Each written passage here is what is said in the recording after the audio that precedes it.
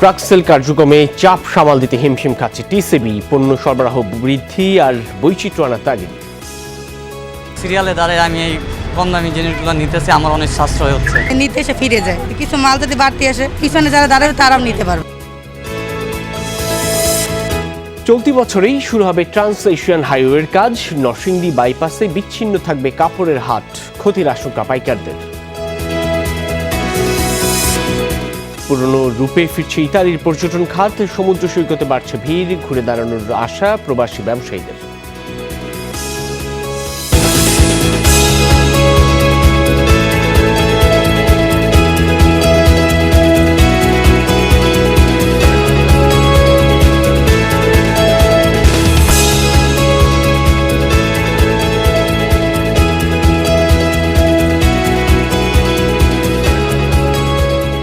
শিরোনাম দেখছিলেন, আপনাদের সাথে আছি আমি সাইফুদ্দিন রবিন।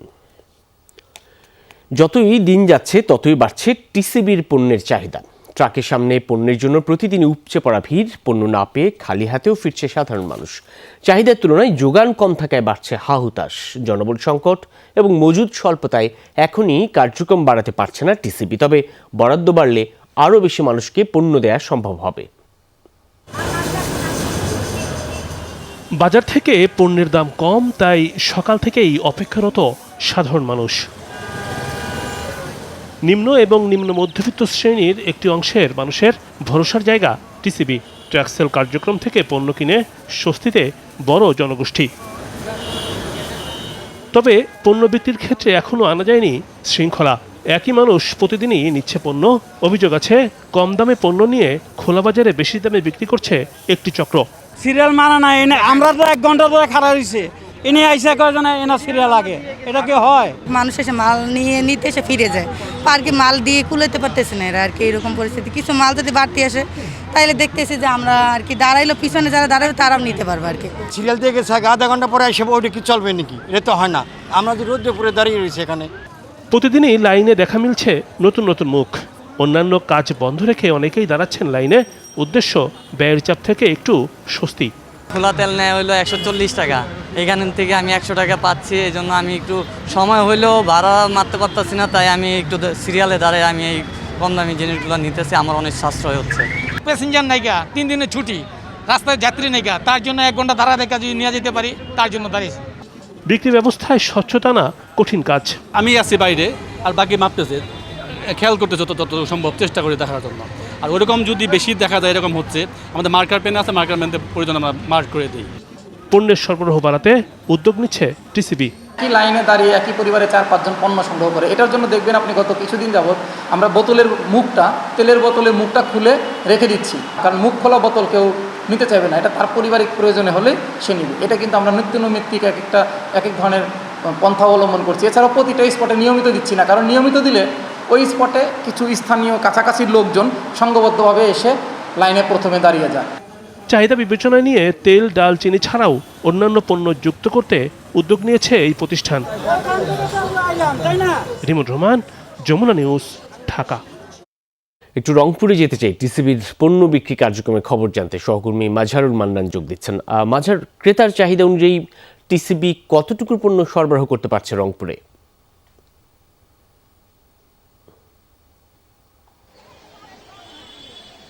রবিন, আমি যদি আপনাকে একটু দেখাই, আপনি দেখছেন যে রংপুর মহানগরীর যে কাচারি বাজার যে পয়েন্টটি আছে, কাচারি বাজার পয়েন্টে কিন্তু একেবারে মানুষজন তারা লাইনে দাঁড়িয়ে কিন্তু এইভাবে টিসিবির পণ্য নিচ্ছেন। আমি একটু কথা বলেছিলাম ডিলার এবং সরবরাহকারী প্রতিষ্ঠান যারা আছে তাদের সাথে। এই যে এখানে দেওয়া হয়েছে 350 কেজি চিনি, 250 কেজি মসুর ডাল এবং 500 কেজি সয়াবিন তেল। এটি কিন্তু একেবারেই প্রয়োজনের তুলনায় একেবারে অপ্রতুল।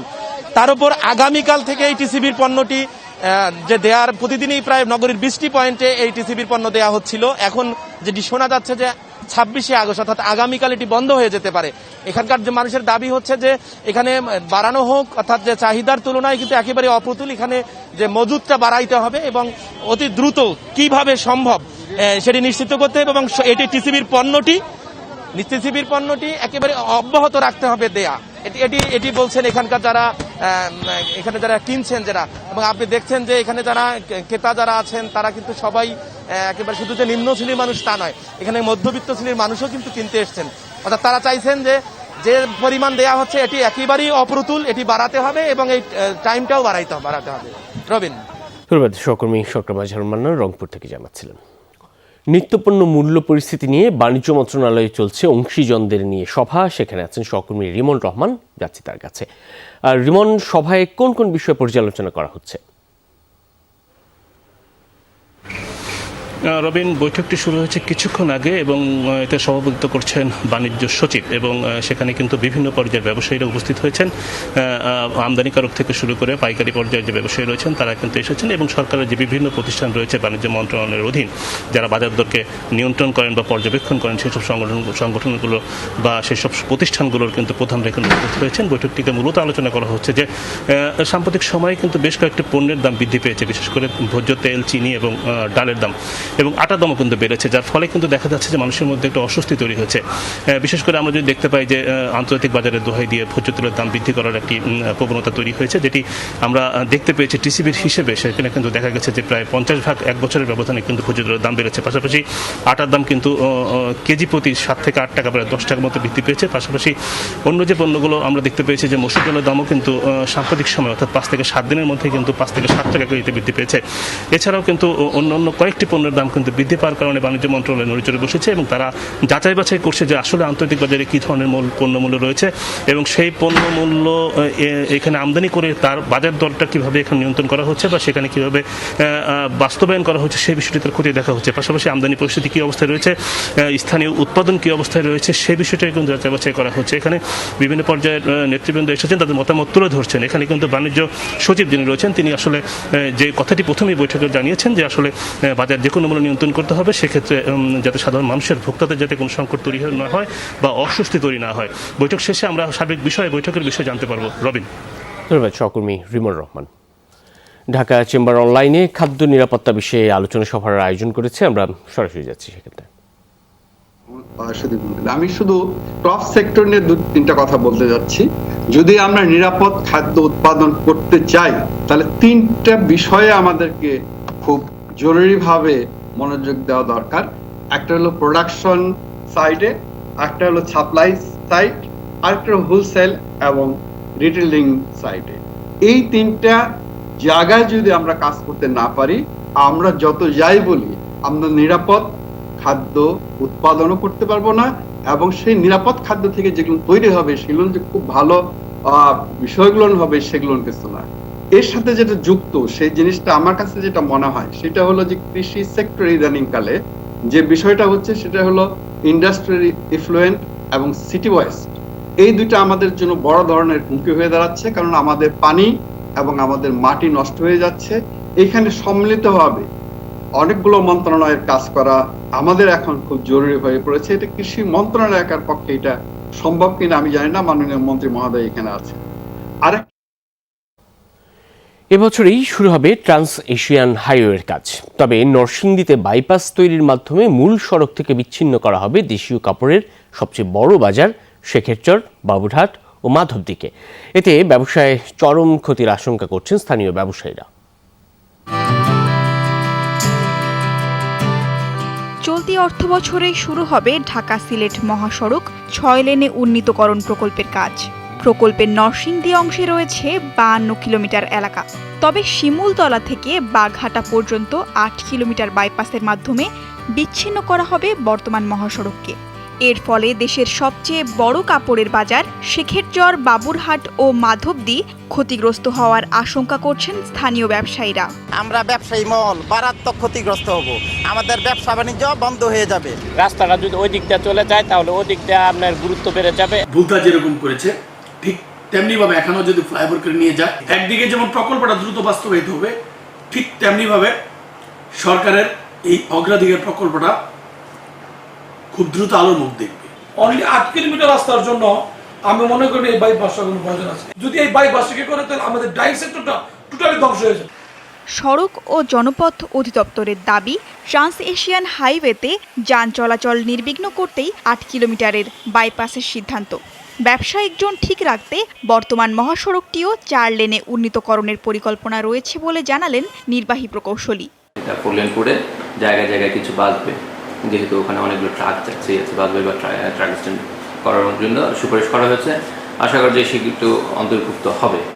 জেলা প্রশাসক জানালেন, খুব শিগগিরই শুরু হবে জাতীয় এই সড়কের প্রশস্তকরণের কাজ। গুরুত্ব দিয়ে দেখা হচ্ছে ব্যবসায়ীদের অভিযোগের বিষয়টিও। যেহেতু তারা আমাদেরকে আবেদনটি করেছেন, আমরা জেলা প্রশাসনের পক্ষ থেকে আমাদের এই কনসার্নটি আমরা মন্ত্রণালয়কে ইতিমধ্যে জানিয়েছি। তো সিদ্ধান্তটি আসলে মন্ত্রণালয় গ্রহণ করবে, বাট আমরা আমাদের এখানকার যে ব্যবসায়ীদের যে কনসার্নটা এটা আমরা মন্ত্রণালয়কে জানিয়েছি। স্থগিত হয়ে থাকা ভূমি অধিগ্রহণ শেষ হলেই শুরু হবে ট্রান্স এশিয়ান হাইওয়ের কাজ। সুমাইয়া আরিফিন, অর্নি, যমুনা নিউজ। 2টি নদী পুনঃখনন হবে, ঘুচবে 55টি গ্রামের কয়েক হাজার মানুষের দীর্ঘদিনের ভোগান্তি, জলাবদ্ধতা। নদীর নির্ভরশীল পরিবারগুলোর মধ্যে ফিরবে স্বস্তি। খুলনার ডুমুরিয়া উপজেলার ভদ্রা ও সালতা নদী পুনঃখনন প্রকল্পের কাজ শুরু হলে এমন স্বপ্নই দেখেছিলেন 6 ইউনিয়নের মানুষ। নদী দুটি পুনঃখননে ব্যয় হয়েছিল 46 কোটি টাকা, কিন্তু 1 বছর যেতে না যেতেই সেই নদী দুইটি এখন মরা গাঙ্গে পরিণত। দেখা দিয়েছে স্থায়ী জলাবদ্ধতা। নামেই নদী ভদ্রা আর সালতা, যেখানে রীতিমতো ফসলের আবাদ হয়। দখল দূষণে মৃতপ্রায়, প্রবাহর বুকে শুধু ধুধু বালুচর। নাব্যতার অভাবে দুকুল ছাপিয়ে দেখা দেয় প্লাবন। নাব্যতা বজায় রাখতে 2018-19 অর্থ বছরে নদী দুইটি পুনঃখননের কাজ শুরু করে পানি উন্নয়ন বোর্ড। কথা ছিল প্রায় 46 কোটি টাকা ব্যয়ে 120 ফুট চওড়া হবে নদীর 30 কিলোমিটার অংশ, গভীরতা হবে 16 ফুট। কিন্তু বছর না ঘুরতেই পুরনো রূপে ফিরে গেছে নদী দুটো, ভেস্তে গেছে সব উদ্যোগ। তীরবর্তী মানুষের অভিযোগ, যেনতেন কাজে জলে গেছে উন্নয়ন বরাদ্দ। সুইচ গেট হওয়ার কথা ছিল, হয় নাই। এখন সেই জলাবদ্ধতা ছিল, সেই জলাবদ্ধতায় আবারই অর্ধেক মাটি কাটা, অর্ধেক মাটি এই কায়দায় আছে। এমপি মহোদয় বললো এখন আর বলি কি হবে, কাজ তো হয়ে গেছে, অথচ সেই সময় কাজটা রানিং ছিল। যে কন্ট্রাক্টর করেছে, যে বাজেটের জায়গায় আইসে সমস্তভাবে দুর্নীতি করে সরকারের কোটি কোটি টাকা আত্মসাৎ করে নেছে, আর কোনো কাজই হয়নি। এই যে সমস্ত লোকে বলতে যে নদী কাটি উপকারিস কি উপকারিস, সব তো বুঝিয়ে গেছে, কোনো লাভ তো হয়নি। একসময় মাছ ধরে আমাদের সংসার চলতো, সেই সংসার চলে এখন গাং বুঝে গেছে, আমরা সংসার চলে না। প্রত্যেক বছরই চেঞ্জ করার এজন্য পরিকল্পনার অভাবকে দায়ী করেছে সচেতন নাগরিক কমিটি সনাক। এই দুর্নীতিটা ইচ্ছাকৃতভাবে করা হয়েছে এবং কিভাবে হয়েছে, কিভাবে করা হয়েছে, এটার একটা পুনঃ তদন্ত করা উচিত, ভালোভাবে তদন্ত করা উচিত, যাতে করে এর সত্যটা উদ্ঘাটিত হয়। প্রকল্প বাস্তবায়ন সংস্থার দাবি, এই দুই নদী সহ আশপাশের প্রবাহগুলোকে ঘিরে একটি মেগা প্রজেক্ট নেওয়া হয়েছে, যাতে ব্যয় হবে 1819 কোটি টাকা। উদ্দেশ্য পুরোপুরি আসলে সফল হয়েছে বলে আমরা দাবি করছি না। যেটা হামকুড়া নদী যদি খনন করা হয় তাহলে আপ স্ট্রিম ফ্লো তৈরি হবে, সেক্ষেত্রে এত দ্রুত পলি পড়ার সম্ভাবনা কম ছিল। হামকুড়া নদীটা খনন না হওয়ায় আসলে এই সিলটেশনটা দ্রুত হচ্ছে। এই নদীতে একসময় ছোট বড় নৌযান চলাচল করত। এই নদীর পানি ব্যবহার হতো সেচ কাজে।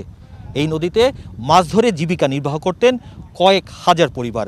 সেই নদীতে এখন রীতিমতো ধান চাষ হচ্ছে, পরিণত হয়েছে গোচারণ ভূমিতে। ভুক্তভোগী এলাকার মানুষের তাই প্রশ্ন, নদী পুনঃখননের নামে 46 কোটি টাকা তাহলে গেল কোথায়? কনক রহমান, যমুনা নিউজ, ডুমুরিয়া, খুলনা।